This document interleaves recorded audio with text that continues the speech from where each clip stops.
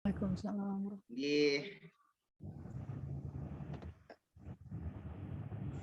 Innal hamdalillah wassalatu wassalamu ala Rasulillah wa ala alihi wa sahbihi ajma'in, amma ba'du.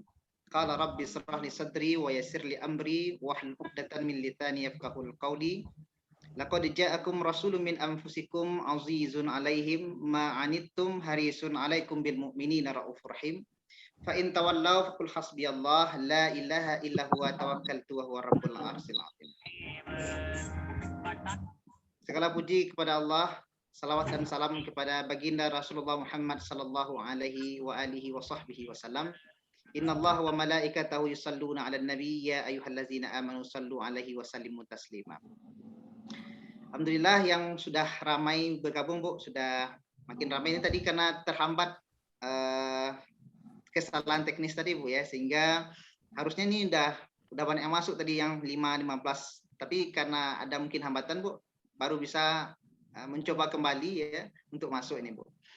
Yang terhormat tentu alhamdulillah ini sudah bergabung dengan kita Bapak Rektor kita Bapak Dedi Prima Putra, juga ada Pak Dekan kita bergabung Bapak M. Rizal, tentunya juga kepada seluruh pimpinan yayasan dan juga pimpinan universitas yang hadir bersama kita hari ini, kemudian juga untuk seluruh dosen dan pendik, serta tentunya yang paling kami harapkan tentu seluruh mahasiswa Universitas Dharma Andalas yang hadir dalam acara ini maupun ya universitas lain yang ikut bergabung dalam acara Mutiara Ramadan kita ini edisi tanggal 24 April tahun 2022. Tentu yang paling kami istimewakan ya narasumber kita yang alhamdulillah sudah bergabung dengan kita. Ya, beliau ini adalah editor halal LPPOM MUI ya. Selain itu beliau juga guru besar di Fakultas MIPA UNAN dan beliau juga pengurus Yayasan Dharma Andalas ya. S1 beliau di UNAN kimia ya, Bu, ya. Ya, S2 dan S3 beliau di Gifu University Jepang ya, kimia. Beliau adalah Profesor Dr. Safni M. Eng ya. Ini memang masalah videonya, Bu, memang tidak bisa ditampilkan, Bu. Bisa. Ini beliau ya, Ibu Profesor Dr. Safni M. Eng. Hari ini insya Allah kita akan membahas topik tentang masalah kehalalan. Mari cermati kehalalan menu berbuka dan lebaran. Ya, berhubung ini kita sudah dekat mau lebaran ini ya, Bu, ya. Perlu kita lihat apakah makanan yang kita konsumsi sehari-hari maupun yang nanti untuk persiapan kita berbuka dan lebaran itu sudah memenuhi kriteria kehalalan. Nah, ini sangat menarik, perlu kita seluruh mahasiswa yang ikut bergabung dalam acara Mutiara Ramadan hari ini itu menyimak dan fokus apa yang akan disampaikan oleh beliau lebih kurang 20-30 menit ke depan. Dan kemudian juga oleh sebab itu apabila nanti di dalam materi kita ada yang tarieh-rieh di hati yang ingin ditanyakan, maka jangan sungkan untuk bertanya melalui kolom komentar atau langsung raise hand setelah beliau menyampaikan materinya. Baik, Bu Prof, sudah ready, Bu? Bisa kita mulai, Bu?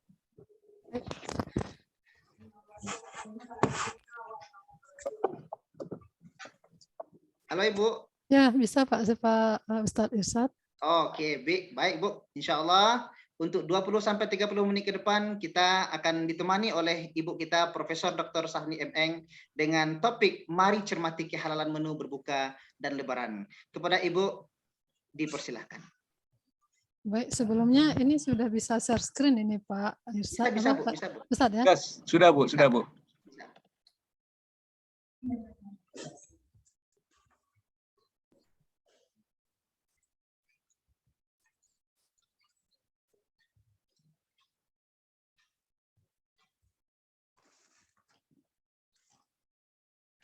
Sebentar saya setting dulu. Ada terlihat Ustadz Irsad? Jelas, Bu. Cukup jelas, Bu. Bisa ya, terbaca ya? Iya. Baik. Bismillahirrahmanirrahim. Assalamualaikum warahmatullahi wabarakatuh. Waalaikumsalam warahmatullahi wabarakatuh. Alhamdulillahirrabbilalamin. Wassalatu wassalamu ala asrafil anbiya'i wal mursalin. wa ala alihi wa ashabihi rasulillahi ajma'in. Puji syukur kita panjatkan kehadirat Allah Subhanahu wa taala yang mana sampai detik ini kita masih diberi kesempatan beraktivitas yang insya Allah seluruh aktivitas kita selalu kita niatkan dalam rangka menuju reda Allah Subhanahu wa taala. Salawat dan salam buat pemimpin umat teladan sepanjang zaman Rasulullah Sallallahu Alaihi Wasallam.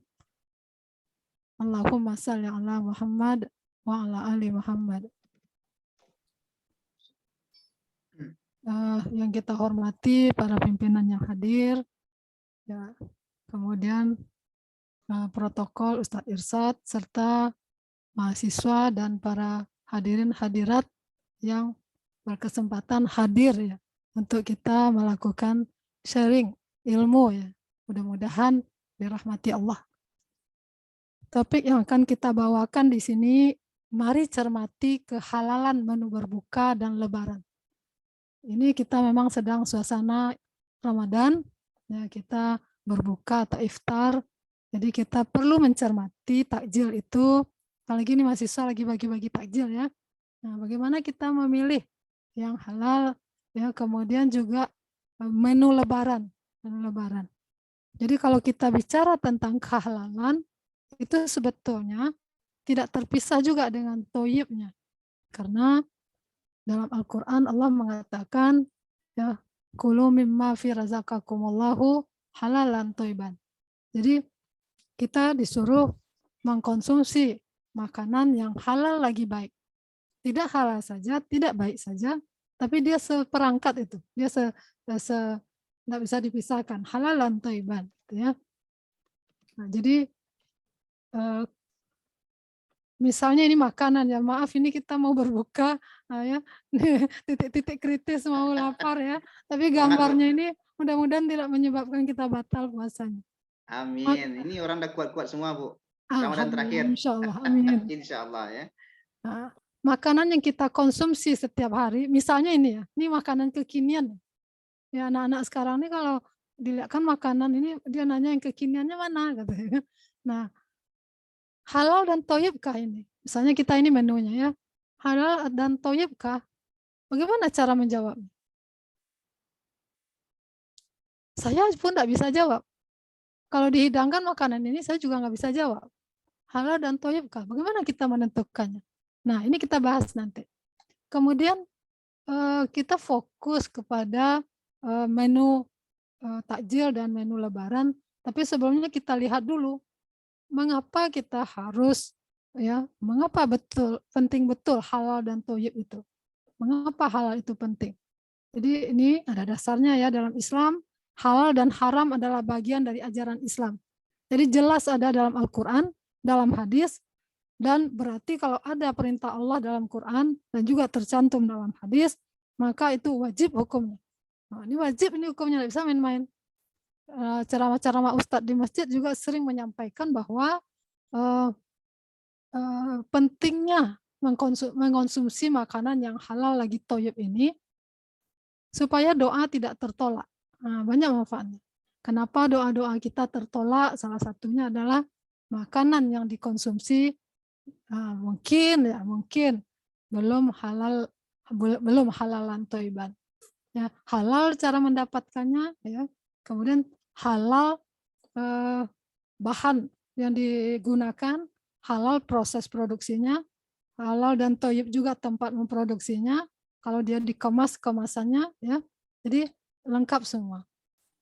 Kalau baru pertama kali belajar, kita merasa kok ribet banget ya, gitu ya. Saya juga pertama-tama pas mau pilih makanan bingung. Ini halal enggak ya? Akhirnya dari ujung dicek apa yang mau dibeli, akhirnya enggak ada yang dibawa pulang karena ragu tadi gitu kan. Yang mana yang mau dipilih nih gitu. Jadi ragu ya. Jadi tapi saya ingat saja bahwa Rasulullah mengajarkan umat Islam itu ibarat lebah. Dia makan yang bagus-bagus. Enggak pernah lebah tuh hinggap ke bunga yang baunya tidak sedap, tidak harum. Ya, dia hinggap di tempat yang bagus, dia konsumsi yang bagus, kemudian dia menghasilkan yang bagus. Apa yang bagus? Madu dihasilkannya. Ya, jadi umat Islam selayaknya lah meniru madu itu supaya kita menghasilkan yang bagus-bagus. Jadi tadi dalam Al-Quran kita katakan bahwa Allah memerintahkan banyak nih, ya, makanlah makanan yang halalan toiban, kemudian surah Al-Maidah, ya, surah Al-Baqarah lagi, ya, dalam surah Al-Maidah dikatakan apa yang diharamkan, yang tidak boleh. Kita tidak uraikan satu-satu ya, waktu kita singkat. Kemudian surah Al-Baqarah juga mengharamkan bangkai termasuk darah, daging babi, dan seterusnya. Saya hanya memperlihatkan bahwa tidak hanya satu ayat yang dicantumkan dalam Al-Quran untuk perintah mengonsumsi makanan yang halal dan thayyiban. Artinya itu sangat perlu diperhatikan. Nah, kenapa harus berhati-hati selain perintah Allah tadi? Karena makanan yang masuk ke dalam tubuh kita, ya, itu kan dia menjadi daging ya. Jadi daging dalam tubuh kita. Setiap daging atau bagian tubuh yang tumbuh dari barang yang haram, maka api neraka lah baginya. Nah, jadi kalau ada yang haram kita makan, itu 40 hari itu doa kita tertolak, ibadah kita tertolak. Nah, pemerintah juga tahun 2014 sudah mengeluarkan undang-undang jaminan produk halal. Ya. Kemudian, nah, bagaimana kita memastikan makanan ini? Nah, ini tadi pertanyaannya, ini dimakan enggak ya? Gitu, halalan thayyiban enggak ya? Gitu. Nah, nanti kita cermati. Misalnya dia mengandung daging, burger misalnya mengandung ada dagingnya. Bagaimana kita membedakan? Beli daging di pasar juga bingung kan? Yang mana nih yang daging babi? Mana daging sapi? Mana daging kambing? Kemudian cara penyembelihannya juga harus diperhatikan, ya kan? Nah, enggak tahu kita daging sapi kah atau daging babi. Kemudian apakah dagingnya saja yang diharamkan, ya? Daging babi saja. Ya, apakah daging saja yang harus kita perhatikan? Kalau baru-baru belajar, biasanya kita taunya hanya yang tidak boleh adalah daging babi, kemudian alkohol, itu saja. Waktu saya keluar negeri sekolah dulu juga begitu kata teman-teman. Udahlah, kan enggak daging babi, kan enggak ada alkohol, katanya kan. Wah, padahal turunan babi itu sangat banyak sekali. Nanti kita perlihatkan dari seekor babi itu apa saja yang bisa dihasilkan. Sehingga bisa mencemari kehalalan dari produk makanan yang kita konsumsi. Nah, ini makanan masa kini itu kita mau bandingkan ya, makanan masa kini dengan masa lalu. Bukan lalunya, lalu sekali. Gitu kan. Saking lalu sekalinya gitu. Kalau misalnya zaman dulu di kampung-kampung, orang makan nasi, beras ditanam berasnya diambil dari padi di sawah, ya kan? Nah, kemudian ditumbuk sendiri pakai alu. Nah, itu dimasak, ya. Kemudian ada sayur di pekarangan, tidak ada pakai pestisida, tidak ada pakai pupuk. Kemudian ayam di kandang, telurnya juga diambil di sana. Makanannya juga alami, kasih jagung, kasih beras gitu ya. Itu enggak perlu. Ya, kemudian disembelih dengan cara halal. Zaman dulu malah orang tua-tua gitu kalau mau ibu kita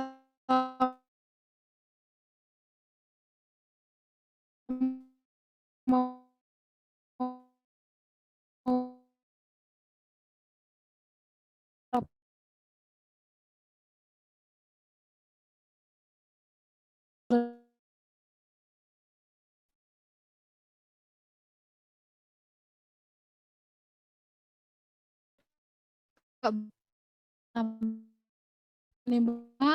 berbahan pangan, ditambahkan di sini ada bahan tambahan pangan ya, sehingga ini perlu dilakukan sertifikasi halal ya.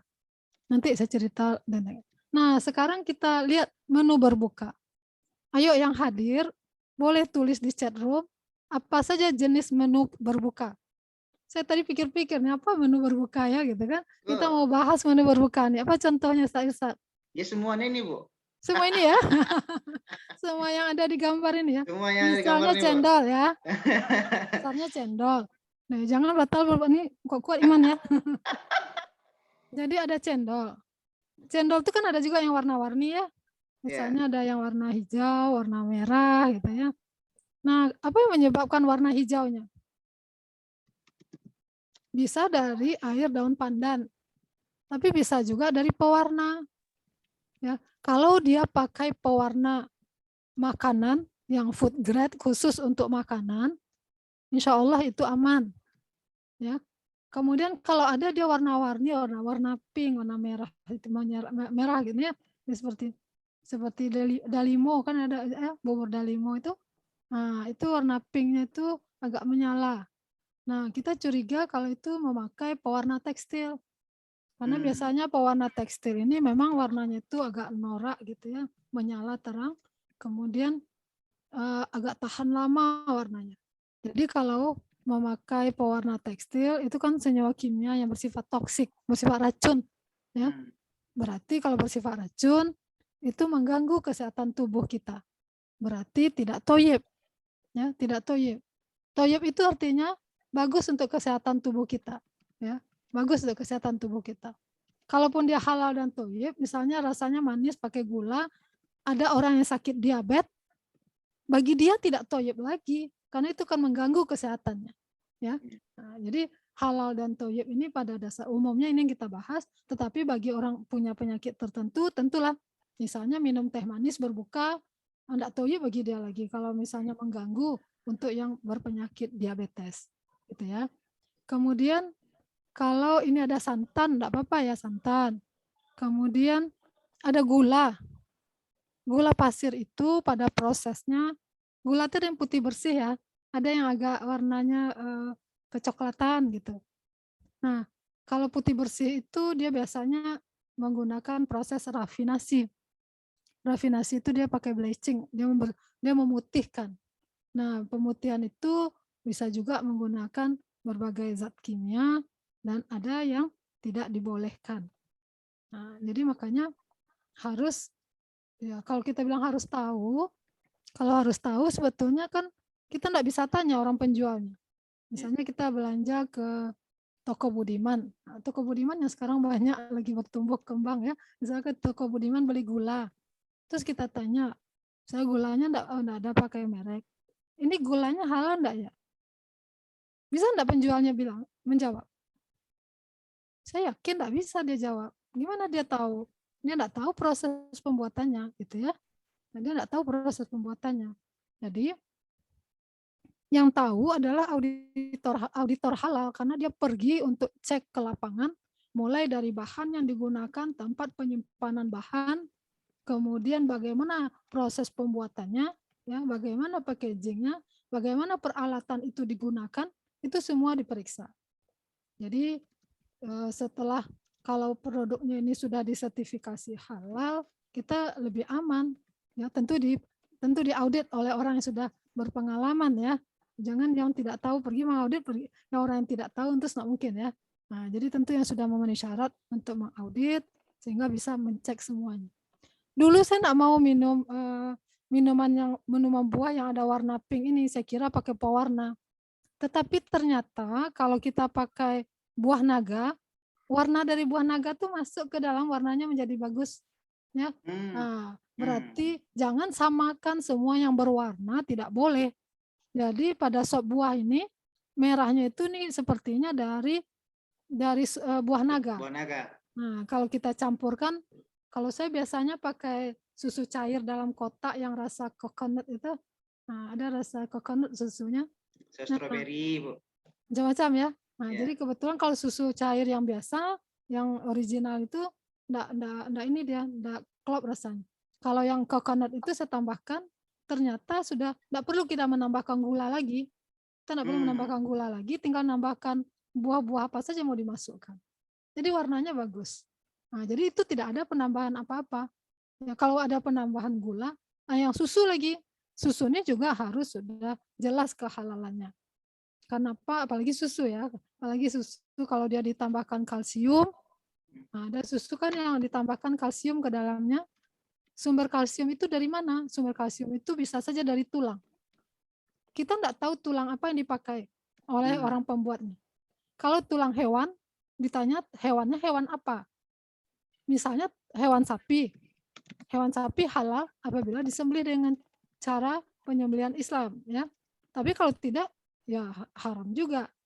Kalau misalnya daging babi, tulang babi, tulang anjing, udah pastilah haram gitu ya. Nah, kita enggak tahu. Maka susu tadi memang harus juga dilakukan audit halal. Kecuali Ya, ada penjelasan-penjelasan semua pada proses pembuatan bahan yang dipakainya. Terus gorengan, sering banyak ya. Ada pula anak-anak sekarang bilang, wah enggak rasa berbuka kalau nggak ada gorengan katanya kan. Nah, ada pula yang bilang kayak gitu, harus ada gorengan. Nah, di gorengan ini apa titik kritis kehalalannya? Titik kritis sudah kita jelaskan sedikit Ustaz Isad ya. Titik kritis itu adalah titik di mana kondisi bahwa bahan ini bisa menjadi haram dan bisa menjadi halal. Berarti situlah titiknya. Contohnya yang tadi, kalsium itu susu tadi kan halal, kan dari susu sapi kok gitu kan. Nah itu aja kalau dia ditambahkan kalsium, dia ditambahkan mineral, dia ditambahkan vitamin, itu perlu dicek penambahannya itu berasal dari apa. Atau susu dengan protein tinggi ditambah pula proteinnya. Nah itu perlu juga dicari sumber proteinnya dari mana gitu. Nah kalau ini ada bakso goreng, bakso ini kan dari ini ya dibeli bakso atau dibuat bakso dari daging ya. Hasil penelitian mahasiswa kimia, dia beli bakso yang ada dijual di sekitaran kampus. Ternyata orang memakai berbagai merek baksonya. Dicek 13 merek bakso yang beredar di Kota Padang. Ya. Kemudian dicek pakai PCR. Setelah dicek DNA-nya, ternyata ada yang baksonya itu halal dan juga sudah ada sertifikasi halal ditandai dengan logo halal MUI. Kemudian ada yang tidak terdeteksi DNA babi, ya tidak terdeteksi DNA babi, ya tapi tidak ada logo halalnya. Kemudian ada yang tidak terdeteksi DNA babi, tetapi logo halalnya mencaplok logo halal produk lain. Padahal dia bakso yang diambil logo halal dengan kode. Itu logo halal itu kan pakai kode nomor ya di bawahnya. Jadi kode produk itu ada kode tertentu untuk setiap produk. Jadi kode halal yang diambil adalah dari produk lain yang tidak daging, yang tidak bakso, mungkin dari produk roti. Jadi kan ketahuan itu bohongnya. Nah, kita bisa cek, ada aplikasi di Play Store itu untuk mencek kehalalan itu. Kita cari nomornya bisa, kita cari mereknya bisa, atau kita cari produsennya bisa. Kalau ada datanya di dalam, berarti dia adalah data yang sudah tersertifikasi halal dan masih berlaku masa sertifikasi halalnya. Nah, ada yang bakso itu dari DNA babi, ya kan? Tapi ditanya kepada orang jual baksonya, dia nggak tahu, dia kan cuma beli. Paling dia beli baksonya yang ada dijual orang di pasaran. Dia nggak mengerti ada logo halal, tidak ada logo halal. Tapi ternyata dari 13 yang beredar tadi, 13 merek yang diteliti oleh mahasiswa, ternyata ada yang mengandung DNA babi. Nah itu kita harus berhati-hati. Saya khawatir sekali, apalagi ini dikonsumsi oleh mahasiswa di sekitar kampus gitu ya. Kata Ustadz di masjid itu, kalau mada aja anak bapak ibu cek apa yang makan gitu ya kan. Jadi memang penting sekali gitu ya, memang sangat penting sekali karena juga mempengaruhi kecerdasan dan kebersihan hati gitu ya, kebersihan hati. Nah ini tadi menu ini ya, menu berbuka kita lihat tadi ya. Ini menu lebaran. Nah, sudah banyak beredar nih, kue-kue ini udah terima pesanan katanya kan, terima pesanan. Apa titik kritisnya di sini? Kalau ini tadi bakso ya, sama lah bakso yang digoreng dengan bakso yang dibakar. Ini kan kita sudah tahu tadi yang dari dagingnya ya. Kalau daging sapi, dicek apakah sapinya disembelih dengan menyebut nama Allah, kemudian ada syarat penyembelihan. Sekarang ada pelatihan juru sembelih halal. Juru sembelih halal ini disingkat dengan Juleha. Dulu saya kira siapa? Iya, saya kira siapa pula Juleha, rupanya juru sembelih halal. Nah, jadi juru sembelih halal ini dilakukan pelatihan bagaimana dia harus menyembelih secara Islam, gitu ya. Jadi Bapak Ibu, ya kalau misalnya ada yang beli daging ayam ke pasar, kan ada juga dari ayam Mbak Suni. Kemudian kita membeli ayam, nih ada menu berbuka opor ayam. beli ayam, kalau orang itu mau menyembelih ayam, jangan ditanya berapa harganya.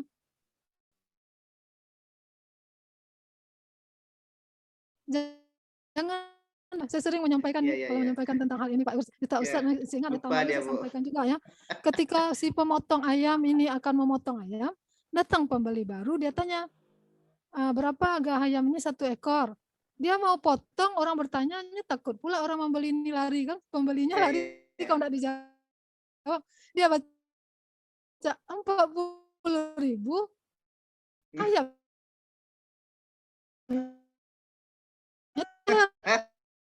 Tidak dengan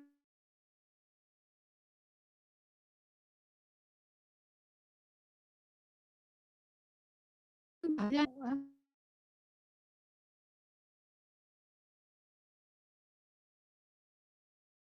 Kita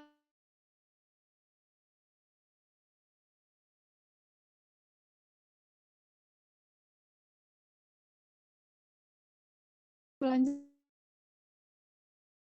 dikhawatirkan karena kan sedang panas-panas dimasukkan. Saya pernah baca artikel terbaru, ada penelitian orang dari luar mengatakan sudah terdeteksi ada mikroplastik dalam tubuh manusia. Nah, ini kan berasal dari plastik. Jadi wadah-wadah plastik, jadi tidak bisa dimasukkan makanan yang panas gitu ya. Ini salah satunya. Kemudian ini kue kering yang berwarna-warni, yang perlu dicek itu saja apakah pewarnanya pewarna sintetis atau pewarna yang tidak dibolehkan untuk makanan, misalnya pewarna tekstil ya. Jadi kalau pewarna untuk makanan tidak apa-apa.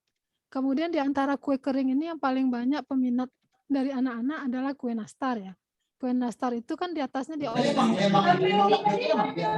dioleskan dengan kuning telur ya. Dioleskan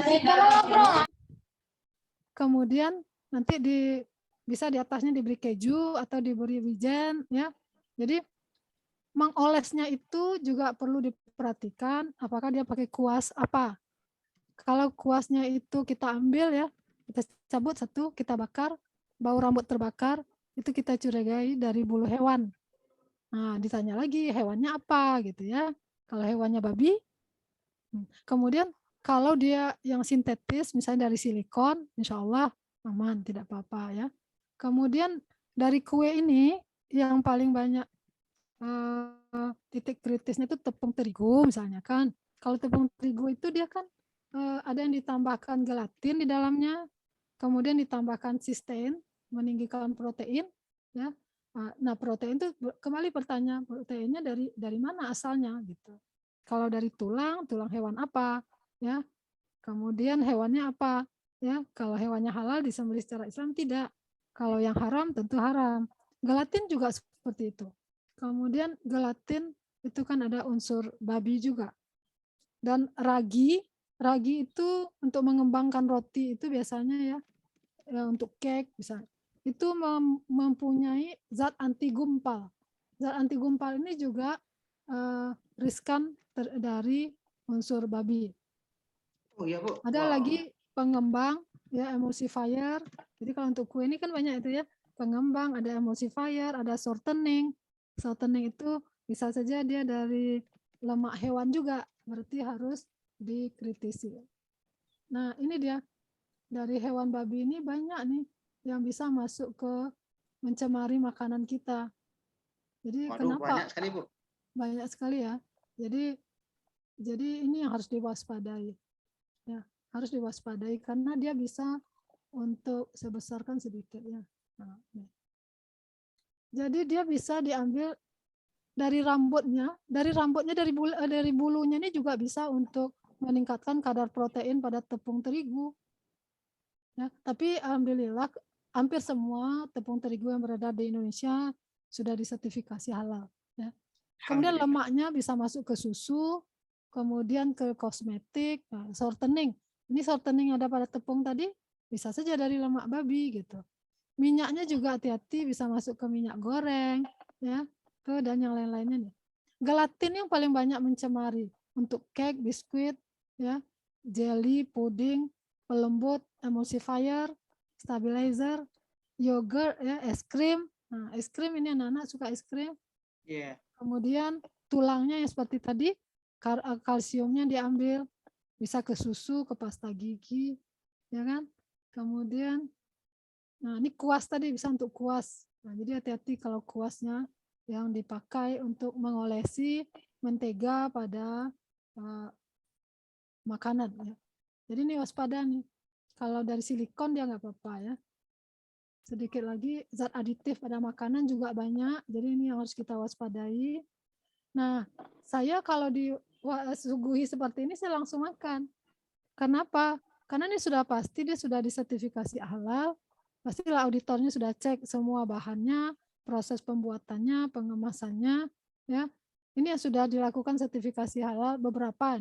Ini berapa saya kasih contoh yang sudah disertifikasi halal oleh auditor halal LPPOM MUI Sumatera Barat. Jadi ini kami masukkan nih di IG-nya LPPOM MUI Sumatera Barat. Jadi kalau ini saya tidak baca-baca lagi ingredientnya, tidak lihat lagi mengandung apa, karena sudah pasti sudah diperiksa gitu. Ya. Nah, seperti ini. Kalau ini es pala, jadi es palanya bagus juga nih. Ini mahasiswa yang membuat ini. Mahasiswa yang bikin wirausaha. Satu-satunya di Sumatera Barat. Masya Allah. Alhamdulillah. Nah, jadi kalau toyibnya sedikit saja, toyib tadi kan untuk kesehatan, syaratnya proporsional, menyehatkan, proporsional dan aman untuk tubuh. Saya kira demikian kita cukupkan. Kalau saya kembalikan kepada Ustadz Irsad. Assalamualaikum warahmatullahi wabarakatuh. Waalaikumsalam warahmatullahi wabarakatuh. Terima kasih banyak kami ucapkan kepada Ibu Prof. Alhamdulillah ini materinya sangat penting apalagi kita mayoritas Islam di Sumatera Barat ini, Bu. Kalau kita mau bicara lebih jauh ya, Sumatera Barat ini kan kita Islam semua. Jadi kadang hal-hal seperti ini kita lupa ya. Kalau tidak diingatkan, mau kita kadang tidak perhatikan makan aja semuanya. Karena tampak halal gitu ya. Saya masih ingat nih Bu, seperti yang Ibu sampaikan tadi, Imam Syafi'i itu pernah makan di satu tempat, kemudian dibawa orang tuanya, dia tahu dia makan di tempat itu, dimuntahkan kembali oleh orang tuanya, dikorek lagi kerongkongannya supaya muntah dia, Bu. Artinya orang tuanya betul-betul menjaga Imam Syafi'i ini supaya tidak asal makan. Kalau tidak dia yang bikin, dia nggak mau anaknya makan. Begitu luar biasanya dia menjaga makan anaknya. Jadi bisa jadi kita ada masalah di sini juga, Bu. Sehingga kadang anak-anak kita mungkin ada bandel gitu kan. Karena makanan gitu. Jadi ini sebenarnya, Bu, dari Irsad sendiri, dari saya pribadi sendiri banyak yang ingin ditanyakan ini, Bu.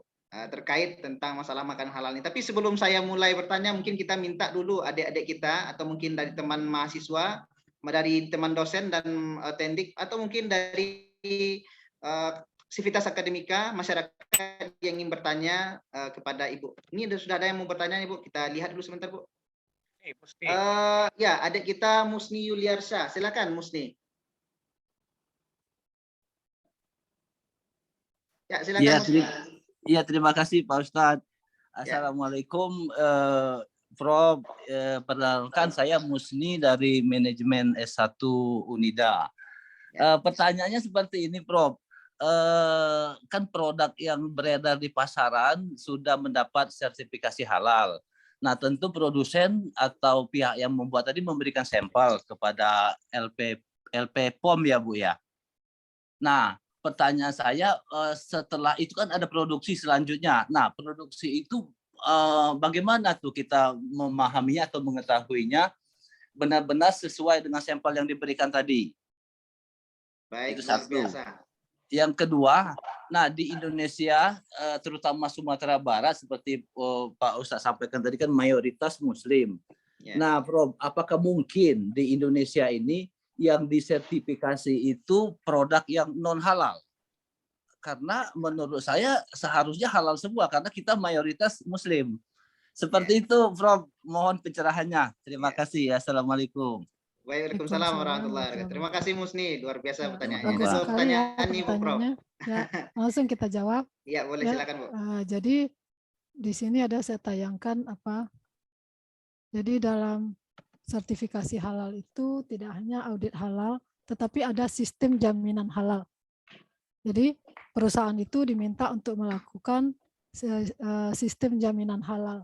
terhadap kriteria kehalalan dan thayyibnya produk yang dia produksi. Jadi dia sudah menentukan bagaimana sistem mulai dari awal proses produksi, mulai dari pembelian bahan, penyimpanan bahan, ya gudang bahannya, sampai dengan semua proses produksi sampai menjadi produk.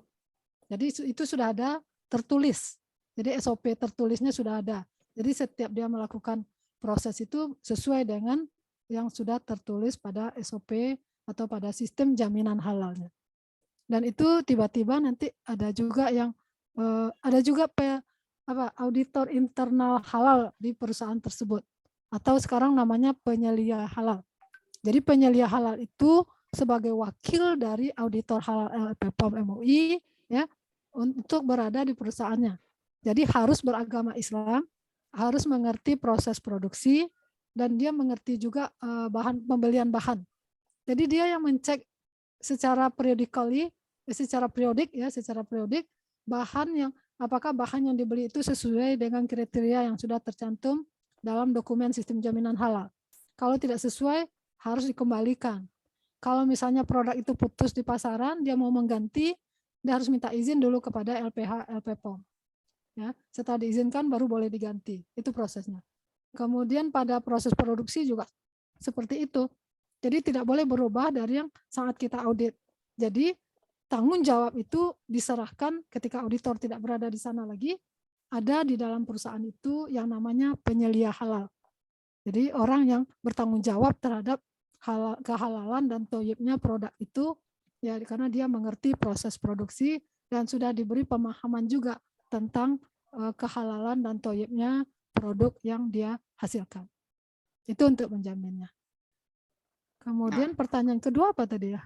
Yang kedua tentang masalah kita yang mayoritas Muslim di Kota Padang nih, Bu. Oke. Pada awalnya diperkenalkan tentang perlunya sertifikasi halal ini, tidak kita saja yang awam ini, malah tokoh Islam pun, pejabat pun mengatakan, apa pula mau dibahas tentang halal, kita nih orang Minang nih mayoritas Islam katanya kan, mayoritas Islam, nggak ada lah lagi halal kan semua katanya. Nah, nggak bisa, ya kan? Misalnya pun di restoran Silungkang itu termasuk bagus, sudah sertifikasi halal itu. Memang dia komit ya. Jadi komitmen halalnya juga harus ya pada produsen itu. Silungkang sudah ya. Jadi itu dia bagus. Kemudian ikan juga yang ikan yang dipakai. Apakah ikannya tidak jenis yang hewan jalalah? Jalalah itu misalnya ikan yang hidup di kolam. Kalau di kampung-kampung kan ada orang buang air besar, nanti jatuhnya ke kolam apa namanya itu ya. Nah kayak gitu ya. Jadi kan ada kotoran yang dimakan oleh hewan tadi. Itu nggak boleh langsung dikonsumsi. Itu harus dimasukkan, dia dihidupkan dulu ke air yang bersih dalam waktu beberapa hari. Jadi diperkirakan kotoran itu sudah tidak ada, baru boleh dikonsumsi. Jadi walaupun kita bilang ikan itu halal, tapi selagi dia masukkan golongan hewan jalalah, maka harus dihidupkan dulu pada air yang bersih, baru boleh setelah beberapa hari dikonsumsi. Gitu. Itu ya. Baik, terima kasih banyak sebelumnya Ibu Prof.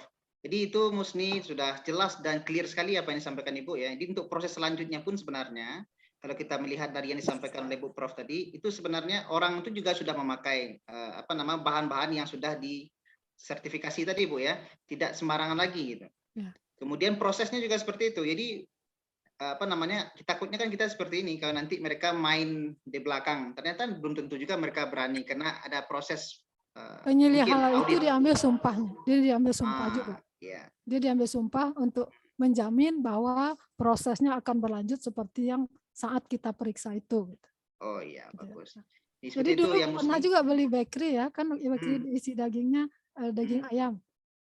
Kita mau bilang kan, kita bertanya, ini halal enggak ya, kita mau beli gitu. Terus apa jawabnya? Enggak halal ba'alo deh Ibu, kok orang awak yang membuat katanya kan. Jadi enggak bisa, dia kan enggak tahu disembelih secara halal atau tidak. Jadi sekarang sudah ada rumah potong ayam yang sudah disertifikasi halal. Ya sudah diajarkan cara menyembelih halal itu. Kemudian bagaimana hewan itu jangan baru disembelih belum dia mati sempurna dan disiram air panas. Kan ada yang begitu, supaya cepat disiram air panas, kemudian bulunya tinggal dicabut gitu. Tidak boleh. Jadi sempurna dia mati dulu. Jadi ada juga peri kehewanan, ada peri kehewanan untuk menyembelih hewan ini. Ya, sapi juga begitu. Sapi ada orang dipukul, ditembak saja begitu ya. Nah, kemudian pakai sistem stunning ya, pakai stunning, dipistolkan di kepalanya itu. Nah, jadi yang Komisi Fatwa MUI Sumatera Barat sampai saat ini belum mengizinkan hewan itu disembelih dengan cara stunning itu, karena rasanya tidak punya etika terhadap hewan gitu kan. Jadi harus kasihan juga gitu. Iya. Baik Bu, terima kasih. Ini Musni Yuliarsa, semoga apa yang disampaikan Ibu memuaskan dari saya rasanya pikir sudah sangat komplit sekali apa yang disampaikan beliau. Ibu, Amin. ini ada satu lagi dari Bapak Aladin Laya. Ini langsung saja silakan kita dengarkan pertanyaannya.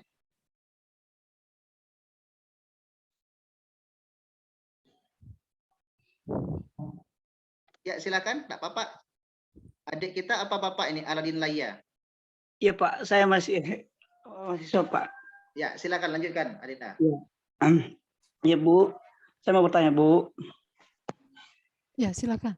Ya, sebelumnya saya berterima kasih Bu atas pemaparan materi dari awal Bu sampai berakhir Bu. Itu sangat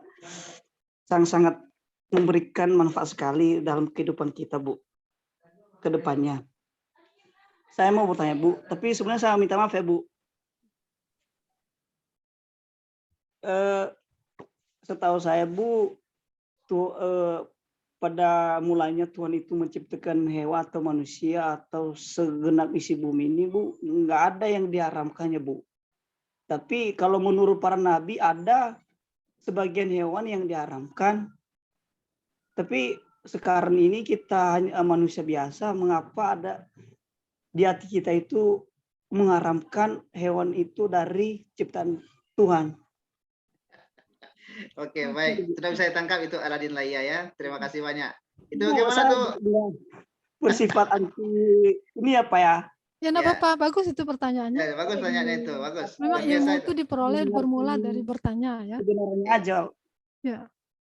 Ya, Bagus pertanyaannya. Bagus ya. pertanyaannya ya. Bagus Aladin ya. Ya. Jadi hukum dasar dari makanan yang diciptakan Allah itu adalah boleh ya. Pada hukum dasarnya adalah boleh.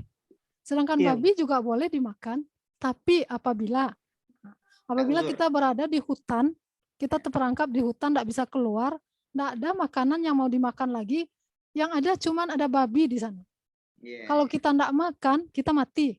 Yeah. Maka pada saat itu babi itu halal hukumnya untuk dimakan, tak bagi orang yang tadi, bukan bagi orang yang lain.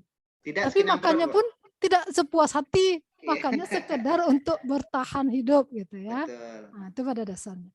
Oke ya. Jadi kenapa sekarang kita haramkan? Tidak kita yang mengharamkan. Kan tadi ayat Al-Qur'an beberapa saya cantumkan, apa saja yang haram gitu ya. Jadi kalau terjemahannya itu daging babi dalam surah Al-Maidah tadi, itu sebetulnya bukan dagingnya saja, semua komponen yang berasal dari babi tadi, termasuk bulu babinya.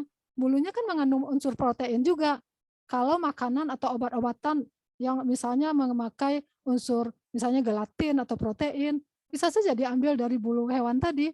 Maka jatuhnya juga haram gitu ya. Karena kenapa Allah haramkan? Itu adalah demi kebaikan kita juga gitu ya. Nah, pasti ada. Segala yang dibolehkan Allah berarti itu baik untuk kita. Semua yang diharamkan Allah karena tidak baik untuk kita. Ya. Dan mungkin rahasianya belum kita tahu sekarang, ya gitu Bu. Baik, untuk Aladin dan Aladin Laya, semoga apa yang disampaikan Ibu tadi cukup berkenan untuk kita ya, karena masih ada satu lagi pertanyaan inti dari Pak Prof kita nih, Bapak Profesor Dedi Primaputra ya. Ini Bu, Assalamualaikum Pak Bu Prof. Kadang kala kita memperoleh kesempatan belanja di restoran yang menyediakan banyak menu. Ada yang halal dan ada yang tidak halal. Bagaimana sikap kita bila diundang pada tempat demikian Bu? Ini gimana nih Bu Prof? Ya, saya dulu waktu sekolah di Jepang juga sering, aduh gimana perasaan, mungkin Pak Rektor juga seperti itu atau di Perancis apalagi ya. Jadi ketika diajak party, di sana kan ada partinya. Welcome party, farewell party gitu. Ada aja party-party di situ. Diajak makan. Pertama karena kita baru datang terus kita enggak bisa langsung menolak. Jadi kita ingin tahu juga gitu kan. Pergi juga ke sana. Jadi akhirnya saya makan salad aja, sayur aja, kemudian sudahlah restorannya kan mahal ya, kita makan sayur aja gitu kan. Terus ada teman yang mau makan, katanya baca aja Bismillah sudah halal tuh katanya. Nah, kalau saya biarlah enggak mati saya, karena enggak mati saya kan, kalau saya enggak makan itu kan. Nah, jadi saya makan sayur saja akhirnya, salad itu, salad dengan tomat gitu ya. Jadi sebetulnya kalau bisa dihindari, dihindari. Akhirnya sudah beberapa kali saya mengatakan lagi saya enggak pergi. Asal ada party saya enggak pergi. Pertama kan udah tahu di sana ada dia minum alkohol di sekitar kita, dia makan daging babi gitu kan. Yang utama dia daging itu daging babi gitu. Kalaupun seperti Jepang itu ada soyunya kan, ada soyu seperti kecap, itu ada mirinnya seperti cuka, itu mengandung alkohol gitu. Khamar ya, mengandung khamar ya. Jadi orang tuh bilang enak, saya enggak ada yang enak tuh makanan Sumatera Barat juga gitu kan. Yang halal dan thayyiban yang enak, Bu. Halal dan thayyiban gitu ya. Jadi setelah itu saya enggak mau datang lagi, apalagi foto-foto. Berfoto pula dekat minuman khamar itu. Ya Allah, saya bilang kan. Akhirnya saya bilang enggak mau makan. Kenapa? Karena ajaran Islam, karena kami enggak dibolehkan. Akhirnya orang tuh ngikut. Asal ngajak party, kita bilang kita cari restoran yang halal katanya. Jadi yang hebatnya pemerintah di Jepang itu balai kotanya melakukan menyebarkan kuesioner kepada orang asing. Pengalaman saya tuh. Udah hampir tamat saya sekolah waktu itu, 3 bulan lagi mau pulang. Waktu itu hampir mau 3 bulan lagi mau tamat itu ya. Ada dapat kuesioner, apa kata pemerintahnya? Apa yang membuat Anda bisa betah tinggal di Jepang dan apa yang membuat Anda tidak betah tinggal di Jepang? Saya bilang, kami bisa betah di mana saja kalau ada makanan halal, ada masjid. Udah 2 itu aja gitu kan. Iya. Ternyata 2 bulan sebelum saya pulang sudah ada restoran halal yang dibuat orang Turki apa orang Pakistan waktu itu dekat kampus. Alhamdulillah ditindaklanjuti langsung. Bayangkan itu untuk kenyamanan kita yang orang asing tinggal di negara dia buatkan segera, diizinkannya makanan halal berdiri di sana. Dan juga sudah berdiri setelah saya pulang masjid di dekat kampus itu. Nah, sudah ada masjid di dekat kampus itu. Kita di Indonesia berapa kali kuesioner jalan sampai sekarang nggak ada perubahannya kan. Jadi nggak usah jauh-jauh, kita mulai aja lah dari kampus kita. Apa yang perlu kita perbaiki, segera kita perbaiki. Gitu. Insya Allah. Nah, jadi sikapnya begitu saja Pak Rektor, kalau diundang saya menolak, orang itu yang ngikut jadinya. Ternyata dia bilang makanan halal thayyib itu makanan berkualitas. Jadi sekarang alhamdulillah makin banyak beredar di Jepang itu roti halal, pabrik halal. Kemudian tempat sholat disediakan di stasiun, di terminal, ya. Alhamdulillah, jadi mereka jadi paham dan mereka malah mungkin lebih menang dari kita dalam persiapan wisata halal. Masya Allah. Berarti memang toleransi mereka itu kuat ya Bu ya untuk masalah ini ya. Dia itu peraturan untuk dipatuhi. Jadi ketika dia tahu jam 12 sampai jam 1 kita sholat, ketika enggak sholat dia nanya, kamu biasanya jam segini sholat, kenapa sekarang enggak? Gitu, ya kan? Dia teratur. Baik, terima kasih banyak Bu Prof. Ini Pak Rektor, jawaban dari beliau itu tampaknya sudah tidak perlu saya terangkan lagi ya Pak. Sudah sangat jelas, sudah sangat clear sekali. Jadi untuk adik-adik mahasiswa, teman-teman dosen dan tendik yang mungkin masih ada yang mau bertanya, karena waktu juga sebenarnya yang membatasi kita untuk acara ini sudah menunjukkan 18.15 ya, artinya sekitar 5-7 menit lagi kita berbuka ya Bu ya. Tadi kami sudah terlampau banyak melihat makanan yang enak-enak tadi Bu. Ini sudah Pari sudah mengarek-ngarek nih Bu. Ya, mohon maaf gambarnya saja ya. Iya, gambarnya saja. Nanti mau yang asli lagi nih Bu. Jadi terima kasih banyak kami ucapkan kepada Bu Prof. Semoga apa yang Ibu sampaikan itu bisa menjadi ilmu bagi kami dan hendaknya bisa kami terapkan nanti. Bukan hanya di bulan Ramadan, tapi nanti lepas dari Ramadan ini. Terima kasih banyak juga kami ucapkan kepada seluruh pimpinan yang hadir dalam acara kita, seluruh dosen, tendik dan mahasiswa serta seluruh masyarakat yang ikut dalam Mutiara Ramadan edisi 24 April 2022 ini. Semoga kita diberikan pencerahan yang baru tentang masalah kehalalan apalagi untuk berbuka dan untuk lebaran nanti. Terima kasih banyak untuk seluruh yang berpartisipasi. Pak Edward ini yang luar biasa. Semangat Pak Edward. Ya tahu paling susah ini. Ya, terima kasih Bu Prof. Ya, online selalu ya Pak. Ya, terima tadi kasih jaringan agak terputus-putus kayaknya. Enggak apa-apa Pak. Nanti saya ada record, nanti saya kirim sama Pak. Ya, okay. Terima kasih juga Pak Rektor, semua sivitas akademika. Terima kasih Pak Irsna, terima kasih Prof. Safni. Ya, terima kasih Pak Dekan juga. Monitor ya, dari bandara. Iya. Ada makanan halal situ Pak. Sedang dipesan ini, sedang dipesan. Baik, selamat berbuka untuk kita semuanya dimanapun kita berada. Dan semoga di 10 hari Ramadan terakhir ini kita diberikan oleh Allah kesempatan untuk mendapatkan Lailatul Qadar hendaknya. Billahi taufiq wa hidayah. Assalamualaikum warahmatullahi wabarakatuh. Waalaikumsalam. Izinkan semuanya Pak, Bu. Terima kasih Bu.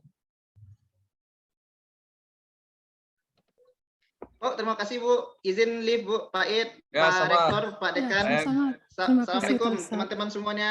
Assalamualaikum.